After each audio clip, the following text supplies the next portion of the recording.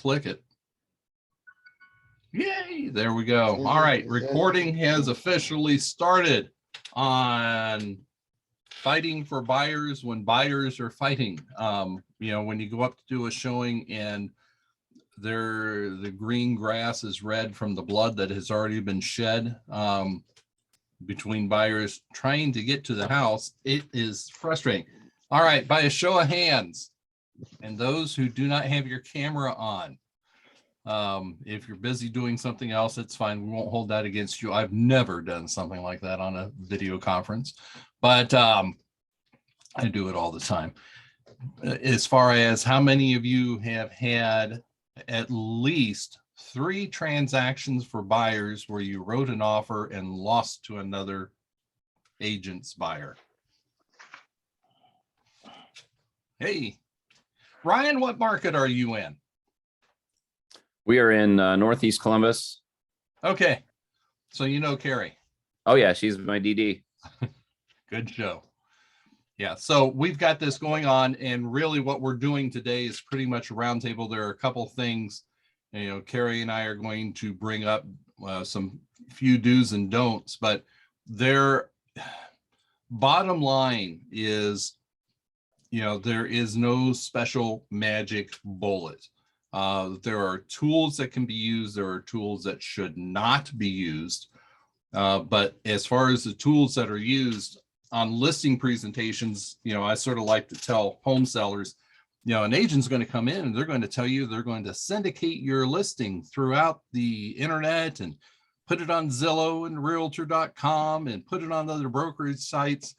Well, every agent's going to do that. Every agent's going to put it in the mobile listing service. Every agent's going to have pictures. Every agent's going to have a sign out front. Said those are all the basic tools. It's sort of like tools or equipment in a kitchen.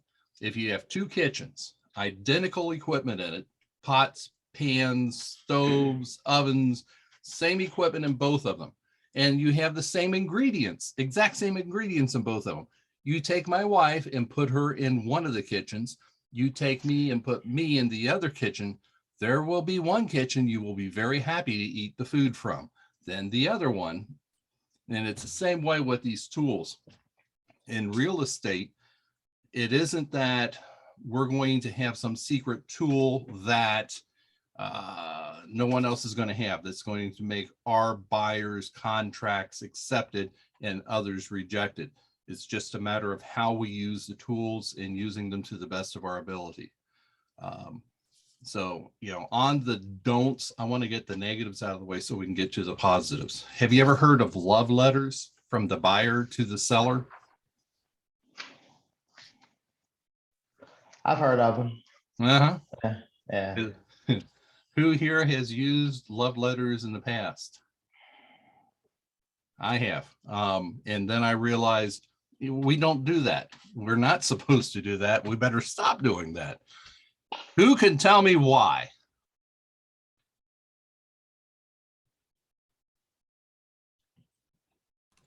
I can, but I want to see if anybody else can. Yeah. I never knew we couldn't use them. Is it a fair housing thing? Ooh, Mr. Ryan, you get the Koopy doll for the day. Yes. You know what a Koopy doll is? I think I just dated myself. I'm the only one on this call that knows what a Koopy doll is. It was an ugly little troll doll, basically. But yeah, you hit it on the nail on the head. When sending a love letter, any communication representing a client or a client's needs, whether it's the seller and we're marketing the listing or it's the buyer and we're trying to promote them in the offer, we've got to be careful in what's presented. Like, for example, in a listing, we can't say located next to a church, convenient for the church. Well, why? Because that's starting to tread on the protected classes, could be seen as fair housing violation. Same way with buyers. Any personal information that is presented about the buyer's familiar status, national background, whatever, that could end up being a violation if it causes a negative reaction from the seller, either against my client or against other clients. So the love letter, good idea in personalizing it, but the danger is you just have to be very, very, very, very careful not to say anything about familial status or anything in any of the protected classes. So bottom line is, it's best not to use them. Address what is going to be best for the seller, and you got to stick with that. So what kind of tools have you all come across when you are dealing with presenting a buyer's offer or putting a buyer's offer together? What kind of tools have you hit into? What you got, Ryan? Is there a hard, fast rule on love letters? Is it illegal and can you be fined? Or is it like it's a teetering on the gray area there where you don't, is it just stay away because it's a gray area, or can you be fined, and is there a hard, fast rule on that? Carrie? There is not a hard, fast rule yet. Out west, I know it was set in stone in Oregon that love letters are not allowed. And typically what we see happen on the West Coast usually follows. But Ryan, from some of our clubhouse conversations in the morning, there are agents that are still using them locally, and it is not illegal yet. It's just a bad idea, because with all the multiple offers that are going on, if you're listing a property and you accept a love letter as part of a package, and let's say you get 10 offers and 5 of the offers were from a protected class buyer, then you're running the risk of putting your seller at risk of getting the sale of their home wrapped up in a lawsuit. Because if a protected class says, hey, you didn't accept my offer and we think it was the highest, we're going to sue you because we think you didn't accept it because I'm X, Y, or Z, then it's a problem. Really, you're trying to protect your seller and yourself and not expose them to anything, right? Like, if all the offers are the same on the table, let it come down to your reputation as an agent, as to they pick the offer because they know that you as a buyer's agent are going to get the job done, not because of, anyone's race, religion, sexual orientation, any of the protected classes that we have in Ohio. So it's not illegal yet. It's just, you're running the risk of opening yourself and your seller or your buyers even up to, problems. Does that make sense? Any questions on that? I know it's like a nitpicky thing. We all want to write a love letter. Our clients want to write a love letter. Included in your buyer's consultation as to why you don't want to include them. And I flat out say I'm not going to. If they insist, I say, okay, write a letter. It can only be about the house. It can't mention if you have kids or don't have kids. So you can just say, here's what I love about the house. I can't mention if you're married, can't mention anything. So it really takes away their power to write a letter.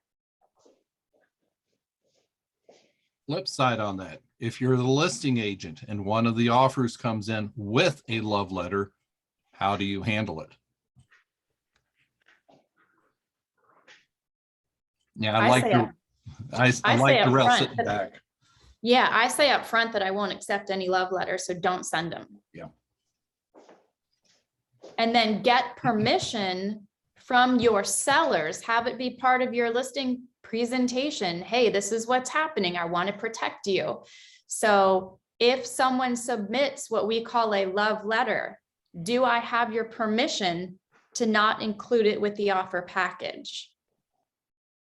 Also, as a brokerage, we do have authority to be able to say we do not handle those, because handling those puts us potentially in violation of fair housing. So letting the sellers know about it, first line. Second line is we won't participate in something that tiptoes on fair housing like that. Yeah. And the bottom line, guys, it comes down to this. Everyone deserves the right to own a home. And that's what we're trying to protect. Yep. Fair and simple. I would think too, it might be good practice to get it in writing back to the buyer that sent the love letter, just to say this love letter will not be presented as part of the offer to my sellers. That way they know without a shadow of a doubt that it wasn't considered for or against them. And then you're protected, that you know, that they knew. That way it's just like, hey, this seller didn't even see it. Yep. And make sure if you do that, include that, you know, it was not passed on because of expressed, you know, per the direction of my seller. So they know that you, Ryan, as the agent, weren't pulling them out. It was because my seller directed me not to pass them on. All right. Any other stay away froms when presenting buyers offers that might be in facing multiple offers, which, by the way, NAR's latest report that I saw was something like 7. National average is between 5 and 7 offers on every listing that is happening across the country, which is amazing.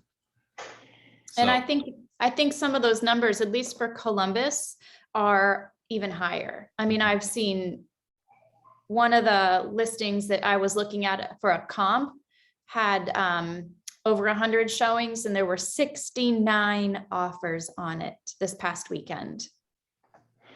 would you mind if I do a little side note here off the subject? I definitely was the inspiration for the dog on the movie Up, Squirrel.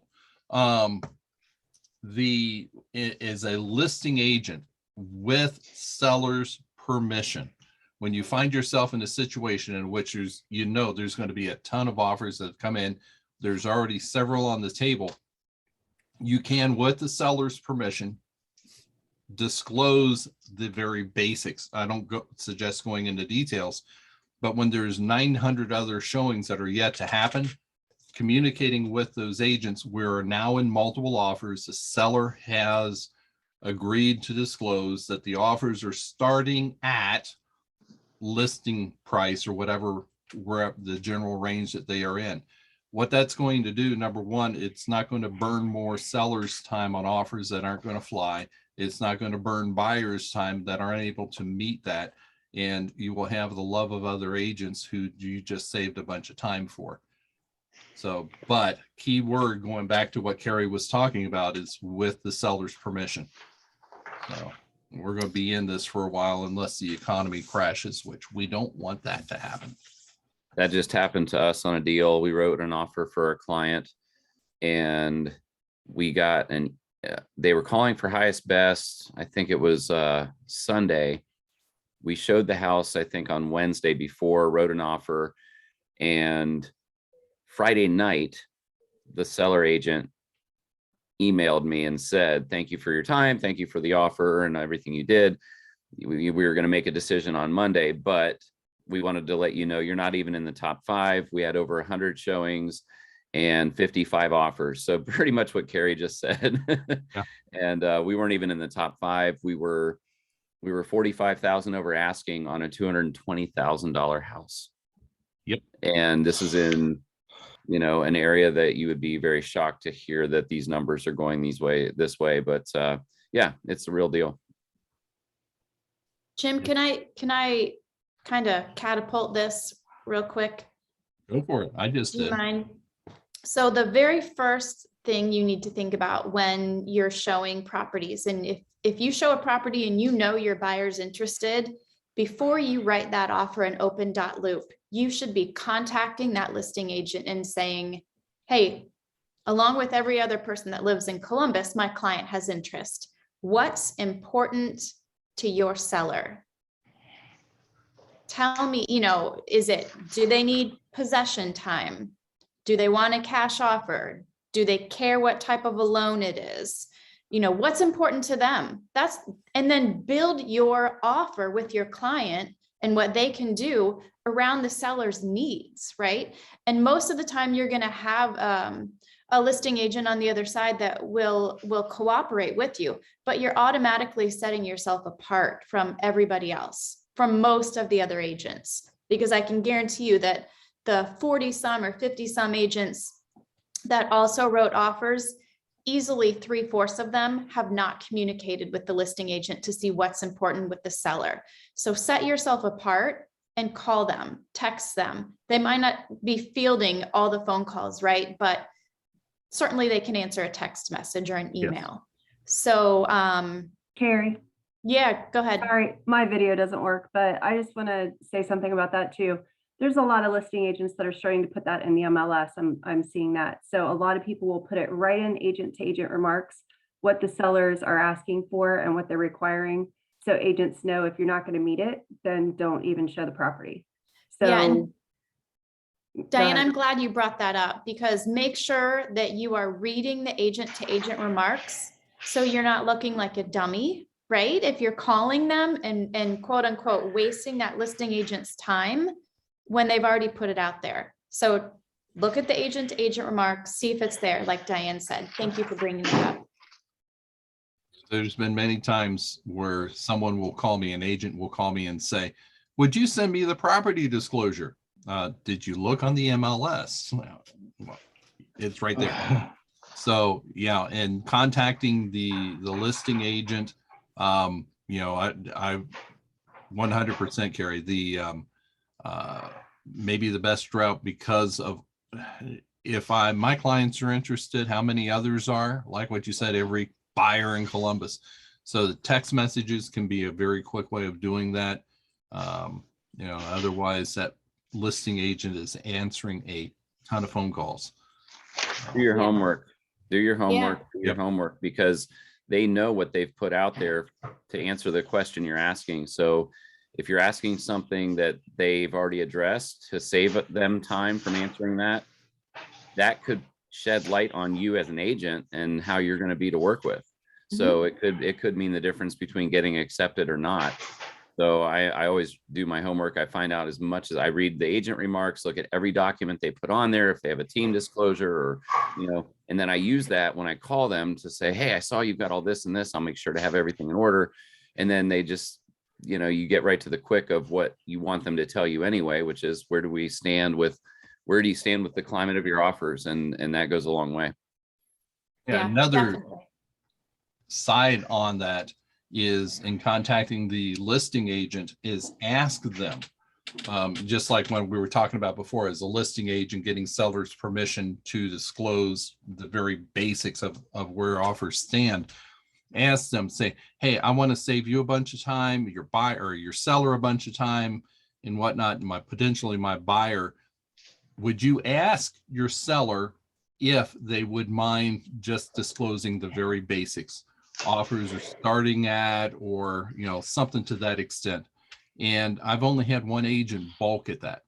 The rest of them are, oh, hey, that's a good idea. So don't be afraid to ask the listing agent to, you know, ask the seller for permission to do that so that it saves the listing agent and the seller a bunch of time. And then it'll be of value to them. Good point. All right, what other tools are in our arsenal? What else have you seen used? Okay, so we talked about this at our agent awards last week. Parrish came into town and presented from Encompass Lending and presented on a ribbon loan and what Encompass can do. Today is April 13th, which means ribbon loans or the ribbon product has officially launched in Ohio as of today, which is exciting. I'm If gonna you give wouldn't a mind, real- let us know what that is. We've not Yep. heard anything about it. Yep, brief overview. You get a pre-approval from a lender who is partnered with Ribbon. Ribbon is a product that makes your loan offer look like cash and even stronger than cash. So you can go in and write an offer and say, this is cash, yet on the back end, your loan is still working. So this is like, I'm using it right now on a transaction and I pushed the envelope and made Parrish irritated. But it doesn't close till later this month. But I got an offer accepted. The first offer I wrote for this client, because we're using this product, because my clients are getting a loan. If something happens to their loan, to their job, to whatever, Ribbon will step in, purchase the house for cash. Ribbon will also, like I uploaded my client's pre-approval letter into the Ribbon system, into the portal, and the address that I was writing an offer on. It was listed at, we're just for arbitrary purposes, say it was listed at $200,000. Ribbon came back and said, okay, we see this house is X years old, blah, blah, blah. We're going to be willing on a $200,000 listing. We will loan up to $250,000. It gives your client the buying power to go over list price. It's awesome. Say my clients lose their job. They no longer qualify for the loan. Ribbon will buy the house. Flat out. It's a guaranteed sale for the seller. So it's stronger than cash where a client can walk away. Ribbon will always buy it.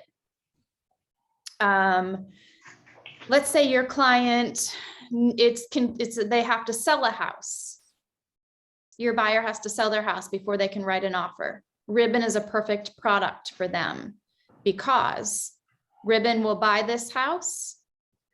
Your buyer closes on their current house, purchases it from Ribbon. If it's an FHA type property where it's already sold, it's a flip, it's sold in the past 6 months, etc., Ribbon will buy it for cash. Client pays rent to Ribbon in the form of the PITI, which is their principal, interest, taxes, and insurance. They pay rent to Ribbon until they can purchase the home from them. It's a really cool product. It just started today. We should have Parrish on. He's actually, if you guys feel like driving to Columbus, this hasn't been announced yet. Well, I emailed it to my district, but May 11th, Parrish is coming back to Columbus to do a lunch and learn on a deep dive into the Ribbon product. So I think I put it on, no, I just emailed it out, but I'll put it on Facebook, our page, and you guys are all invited if you feel like driving to Columbus, you know, to learn and be in person and ask questions. Carrie, do we have a time on that? It'll be probably 12 to 2. Okay, yeah, because I'm in Columbus all the time. My brother lives there, so I don't have a problem driving there. Okay. He lives in Dublin. Oh, cool. Yeah. I don't have a location yet, but I'll get that and shoot it to Jim so he can let everybody know that wants to come. But so I think that's a huge advantage. And that's when I'm talking about Parrish Register, he's our lending partner in Compass Lending.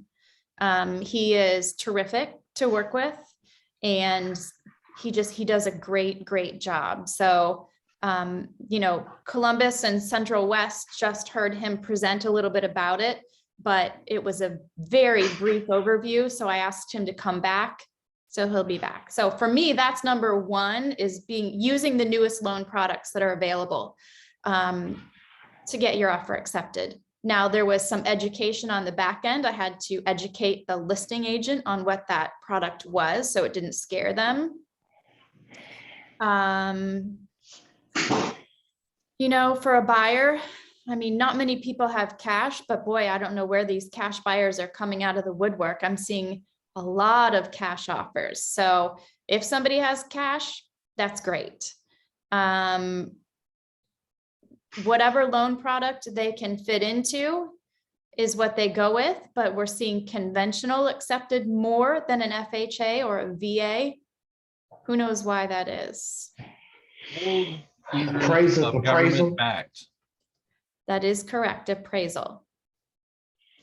Because an appraisal, if an FHA or a VA loan, if that appraisal comes back low, then that appraisal for an FHA loan or VA loan sticks with that property for a period of 6 months. 6 months, yeah.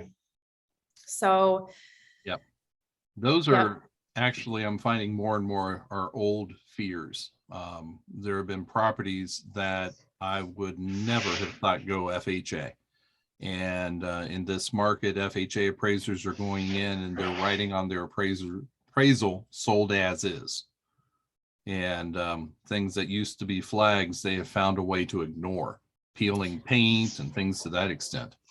I think that the government has realized if they're going to offer these loans to people, they have to be able to make it competitive for them Mhm.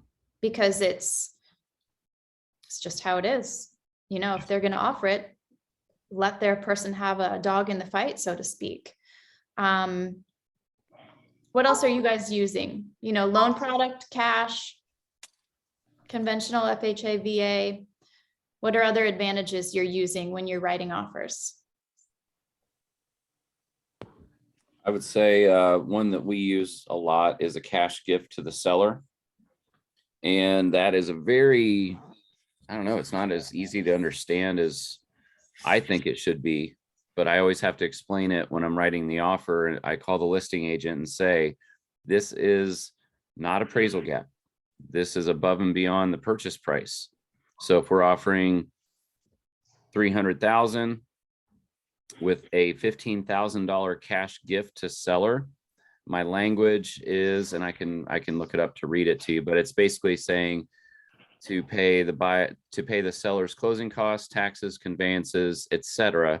So it's all going to them. It's just like a reverse way of paying closing costs instead of the seller concessions. It's like a buyer concession. And I had an agent once that I called her to tell her what this was and what it meant.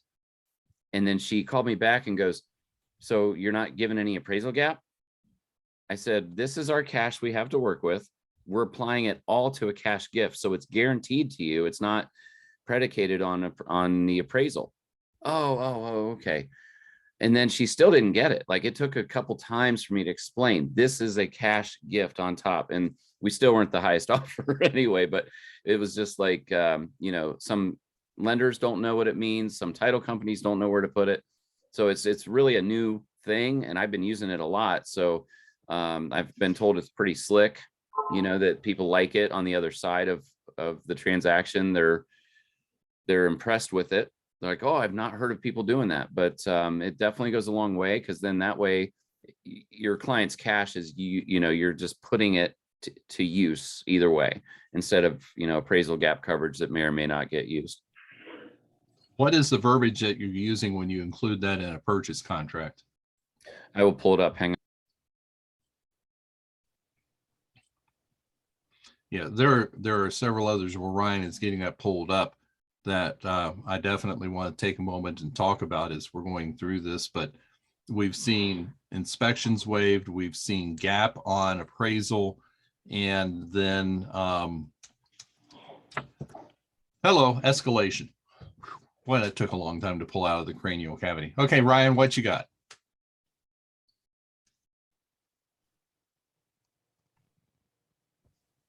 I think you're still muted. I'm almost there. Oh, okay. I'm just going to one of my offers that I know we used it. All right, so buyer to pay X amount of dollars cash gift toward seller's costs, commissions, taxes, conveyances, etc. And then in parentheses, I said this $10,000 cash gift is above and beyond the purchase price. So is it limited to seller's closing costs and expenses? If there's anything that's left over beyond that, how is that handled, the excess? So seller's costs, commissions, taxes, conveyances, etc. So I think the etc. implies that it covers whatever, and it all goes to the buyer, and it's above and beyond the purchase price. So if we need to add language to clarify, you know, I'm certainly open to that. That's just what I came up with to try to really spell it out so that they understand it when they're reading it. If you wouldn't mind, shoot that to Carrie. And Carrie, if you wouldn't mind passing it on through the pipeline. Sure. That would be good. That is another good idea. Another strategy is a non-refundable earnest money deposit paid directly to the seller. There's a risk, but your folks have to be sure after they've seen this house, that they are not going to terminate. Hey, this is Abby Carey. Could you go through verbiage for that non-refundable earnest money? Because I did win an offer with that recently, but it was a nightmare with the title and lending. Abby, what did they have trouble with? Well, I guess just understanding what it was and that it did go eventually towards the buyer's down payment. Yeah, It was just like, I don't know, I guess it was just new. I Yeah. mean, it all worked out, but I have seen where they don't know where to put it. So I'm glad you brought that up. So you can, when I write it, I say earnest money deposit of $5,000 to be paid directly to the seller and is non-refundable. This, and then I go on to say earnest money deposit to be reflected as a credit towards the purchase price at closing. I think that's the piece that was probably missing. So that it's not Yes. misconstrued as a cash gift like Ryan was talking about, but it is, right. It's just like an earnest money deposit, right? It's a deposit, non-refundable. We're giving it to them, but it's also coming off the purchase price at closing. So I think that's probably, Abby, where there was a confusion on title's part. yes, that helps a lot. Thank you. Yeah, One other little ditty, I'm not sure how Columbus's purchase contract reads. Dayton Cincinnati redid theirs, and there's a whole paragraph talking about the disposition of earnest money that's about, I don't know, 3 pages too long. But you need to possibly include with that, depending upon the paragraph that the earnest money is written in the purchase contract, this this supersedes any conflict with paragraph boom, boom, whatever the earnest money is. Because, the state changed their rules about how earnest money is to be dealt with and things to that extent. And so we want to make sure that that is in there, that it supersedes any conflict with the contract verbiage. good call. Any questions about that? have Another a- nifty idea. I have a comment, and I just typed into the chat what my language is. If that helps you, if you want to see, just kind of scarf that or screenshot it or something.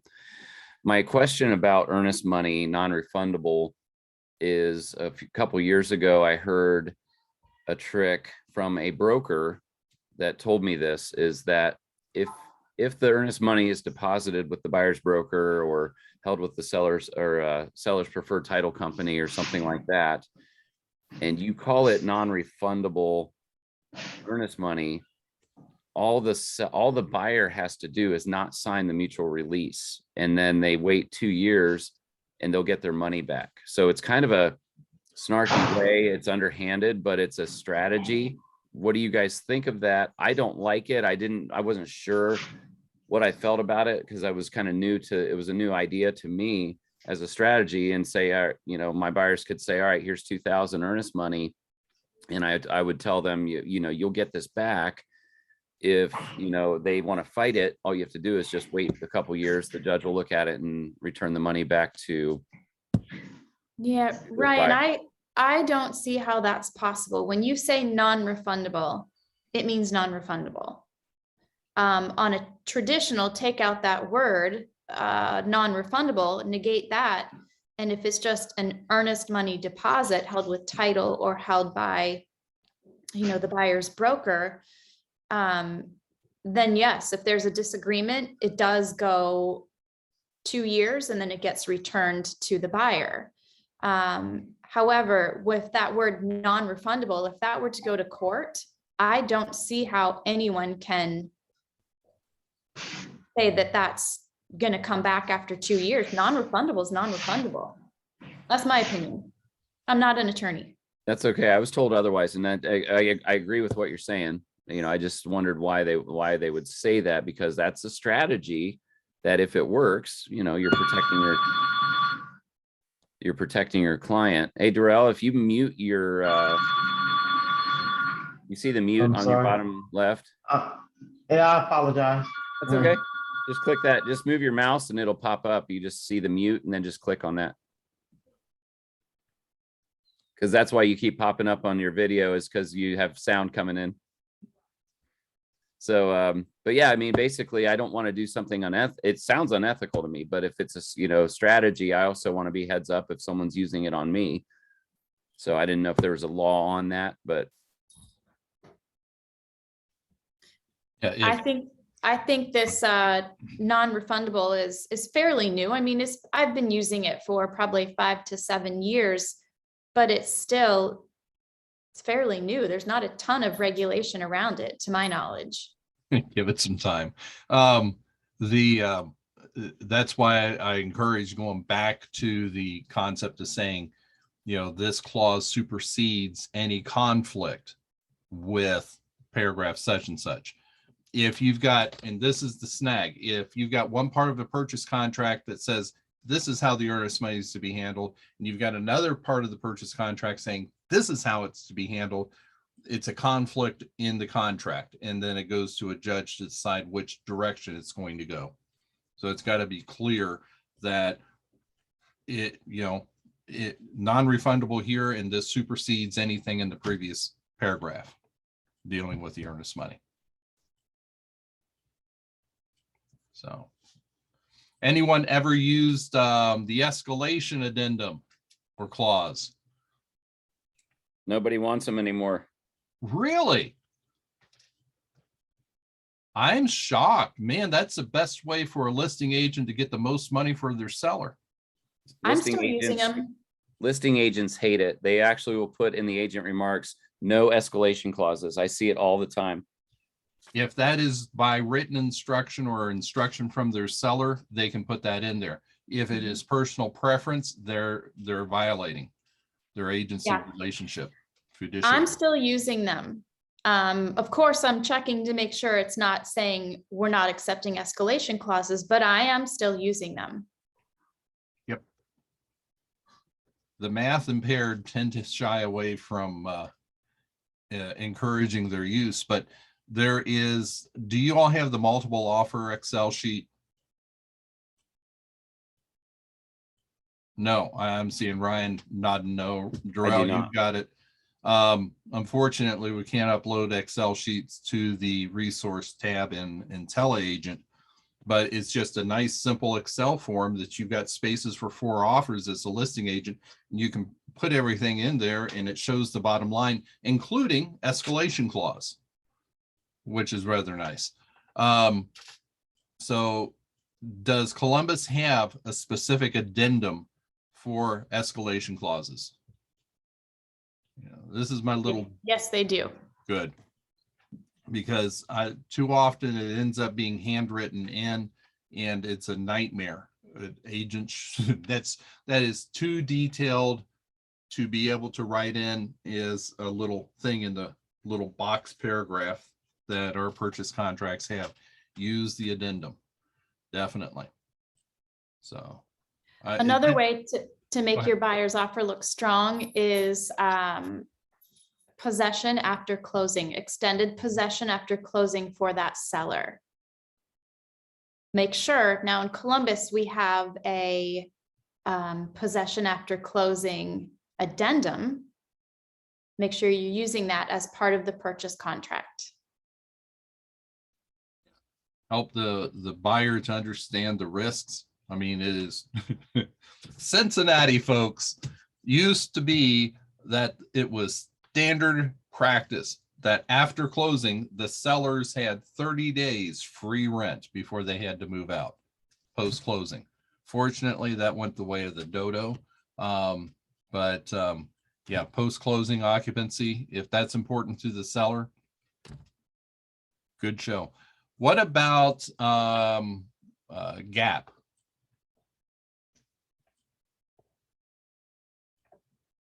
Appraisal gap. I think a lot of us are using it. Mhm. How are you using it in Columbus? Is there an addendum for that? No, and I have language coming from a title company because we don't have a specific addendum on it. But I Right. think if any of us have our title companies write the gap clause, that's what we need to be using. When I have used it, it has been, let me think, just that, sellers will cover, buyers will cover X amount of dollars in appraisal shortages, not to exceed the purchase price. Let me do what worries me Mhm. share here. This is what came in. We just closed this earlier in the week. This one sold for 54,000 over asking price. So, it didn't break my heart. But this was it. Buyer agrees to offer gap appraisal not to exceed $10,000. There's just so much not explained there. What is the definition? Gap Well, and it appraisal. says it says they agree to offer Yeah. it. It doesn't mean that, that should be clarified as the Not- listing agent. Are you offering it? Are you accepting it? What is Right. it? Now it's just an offer. This was one of them that came in on that listing. And it just, we got to be careful with these things. So that's a good idea. I hadn't thought about contacting the title company, Carrie. That is a good idea. Now, and if you wouldn't mind sharing what your title company brought up, I'm going to connect with title company or two here and see what they recommend on that. What about inspections? Have you had buyers waive inspections? I never waive inspection, but we'll always, in this market, we're always offering as is, no remedies. But we still ask for an inspection period as short as I can get my buyers to agree to. So I try to get them down to like 5 days so that the seller knows we're not trying to tangle them up in contract for too long. So what is the remedy for the buyer if they don't like the inspection? Well, they can exercise their right to get out. Is- Based on anything that's, a latent defect, something that wasn't obvious from a walkthrough. If they exercise their right to get out of the contract because the roof is green, the seller's going to be pissed and, sue them. But if it's something foundational or, you can cite with the inspection report, you can show them the picture or the language that was used and say, we want out for this reason. And oftentimes it would then have to be disclosed from the seller. They might have to, add it to the RPD. And so they're often inclined to stay in the deal with us. Like if we say we're going to walk, they'll say, wait, don't be hasty. What do you want? And then there's a negotiating point there. So it's a good tactic to ask for the short inspection period as you can. And we have good inspectors that are on alert ready 5, they'll be able to get out within a day or two. And then basically you just work that angle. This is one of the things where I think the association in Tennessee has it right. There's one set of forms that covers the entire state. In Ohio, it's same as in Kentucky, that every board has their own forms. Dayton and Cincinnati boards got together and redid last year, at the end of last year, the purchase contract that's commonly shared between the two boards. It's the only form that is shared. But they modified it to where the buyer's inspections have very limited recourse for the buyer to back out unilaterally. So for the agents in those two areas, I would say, doing the short inspection, doing it to where, no recourse. I think that was what you said, Ryan. Not recourse. What was the word you used?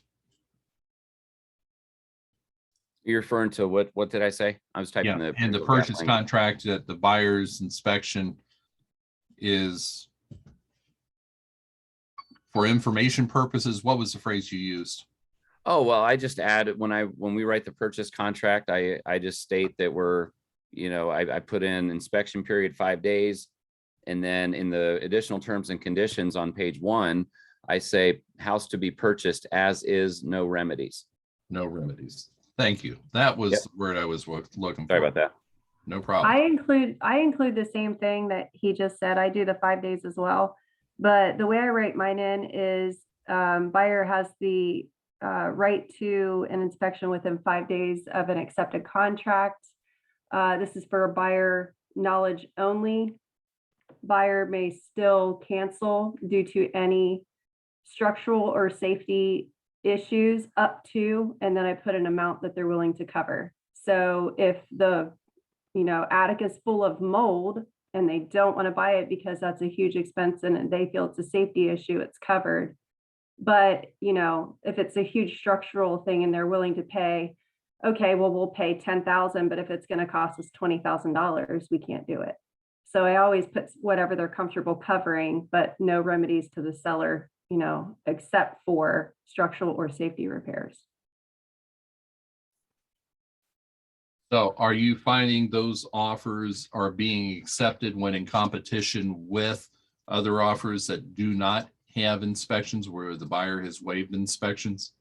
I haven't had any issues with that inspection part. It's usually the price where we're losing out to the price, not that I'm putting in inspections. No one's really said anything at all about the inspection period, or I think because the pricing is usually so high that if the seller understands or knows already that their house is in good condition, that they just accept it, let people do their inspection in 5 days, and it moves forward. One of the things that I would encourage listing agents to consider with their sellers is going ahead and having the house inspected before going active on the market.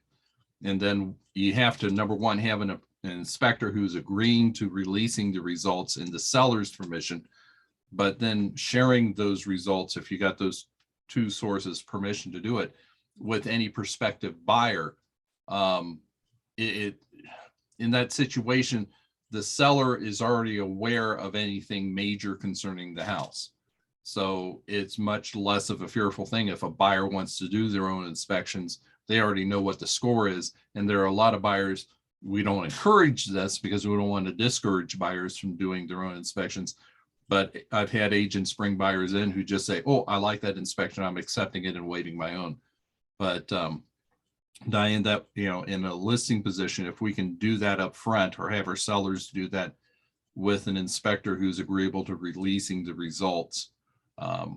Yeah, and I do that. I do recommend that to all my sellers, just because I do think that is a huge thing right now with everybody saying no inspections, blah, blah, blah on their contracts. I really don't like that, just because I try to protect my clients. I don't want somebody not to do an inspection. You want to know what you're getting into. And if there's a huge problem, well, now you're stuck with the house and you overpaid. So I try to avoid sellers saying, well, no, you're wanting inspections, so we're going to go with someone else. If you put in that you're not requesting remedies, it's for my knowledge, but if there is a huge structural repair needed, I can back out. So that secures that safety for the buyer, but on the listing side, still gives the seller, the ability to look at everything else on an offer because it takes the inspections out automatically. At least the inspection companies we use, most people know, so it's not some mom and pop that no one's heard of. So Two things I want to touch base on. If you have a client that does want to waive inspections, one, I would never suggest that you encourage that. But if you do have somebody that says, hey, I'm waiving the inspection because I don't need to get one, put in an email to them in writing saying, I always recommend you get a home inspection. I just want to, if you can just respond and say yes to the fact that you chose to waive the inspection, I'm recommending you get one. Something like that. It's a CYA for you. There's an old FHA form for your protection, get a home inspection. And I've seen agents use that and have the buyer sign off on that form as well. Yeah. And then the second thing I want to bring up for those of you that use a Columbus board contract, when it comes to inspections, section 6.4A talks about the request to remedy. Section 6.4B talks about the right to terminate. When I have somebody who's saying, hey, we're going to do a home inspection, but we're going to delete or not do a remedy request, I write in the additional terms, section 6.4B to be deleted from the purchase contract, which means we're going to do our inspections. We'll have 5 days, whatever. You're deleting 6.4A, which means any sort of remedy period. It leaves 6.4B, which is the right to terminate. Good point, Carrie. I totally forgot that that was in there. I usually don't write that in there, but I just write my own very long sentence. I always just put the number 0 in 6.4A, where the buyer and seller have 0 calendar days after the end of the inspection period to agree to a remedy. So basically, I'm just saying there is no remedy period after the inspection period's over. So that's my short, sweet way of saying, you know, we once the inspection period's up and we're past that, we're good to go. Yeah, so I understand and I see a lot of it done that way, but we have had recently as is come into question. So a seller argued when their contract on their home was being terminated by one of our agent's clients. It was written that they were doing a home inspection, but they're buying it as is. Then the inspection revealed significant issues, and so they terminated. And the listing agent and the seller said, whoa, whoa, whoa, you said as is. Well, we never waived our right to terminate, but that's why I like to just delete that clause of 0 remedy days, 6.4A, because it's pointing out the very specific section of the contract you're deleting and specifically what is left in, which is the right to terminate. So that we're not just saying as is and writing it and making it vague. So just be very careful that you're bringing to the attention that only that one section is being deleted, the rest is in. Do you Does have that to make sense? physically, do you have to do a strike through, or can you just state it in the additional terms on the first page Yep. that is to be a delete? Okay, cool. I just do it on the additional terms, section 6.4B or section 6.4A to be deleted from the purchase contract.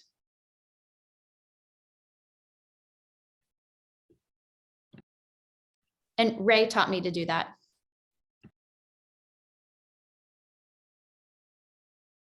Very good. Well, looking forward to getting this information, more information on the ribbon loan and that whole product. The buyer covering selling expenses for the seller, non-refundable earnest money delivered. Are you saying delivered straight to the seller as part of the initial contract purchase? And then earnest money to be credited as or considered a credit to buyer at closing, adding that in. Ryan got your verbiage about the gap. Did that come from a title company? Where'd you find that? That is in a standard clauses document I got from my broker a while back. So that's what I've been using. Okay. And then dealing with remedies, no remedies asked, but making sure that there is still, if there's something considerable that was latent, a cracked window is not necessarily latent. Wow. Bug holes in screens, it doesn't cover that. But making sure that the buyer, if they are doing a no remedies inspection, that they have the ability to get out if there is something major or major items that come up on the purchase contract. Can I say, just to lighten the mood a little bit, I have seen some really silly things offered. And I think it sometimes can play to that seller's sense of humor. I saw buyers to provide Taco Tuesdays to the seller at their new home for the next 3 months. I mean, just be creative, be silly, right? You never know what might, as long as your terms are good and you're writing a strong offer, that could be the silly thing that sets you apart. Now they have to be willing to do that, but I don't know. I've seen memberships to golf courses. Obviously that was higher priced, home, but just all sorts of stuff being offered. And as long as it's in the purchase contract and it's disclosed, you can do it. Now, does that not teeter on that whole inducement thing or, Well, that's why it's in the purchase contract. okay, And you're not inducing them to sell, you're inducing them to take your offer. They've already put their home on the market, so they're already willing to sell it. You're just trying to set yourself apart. Not saying I would write it in there, just something I've seen. All right. Well, I will, let me pause the recording here.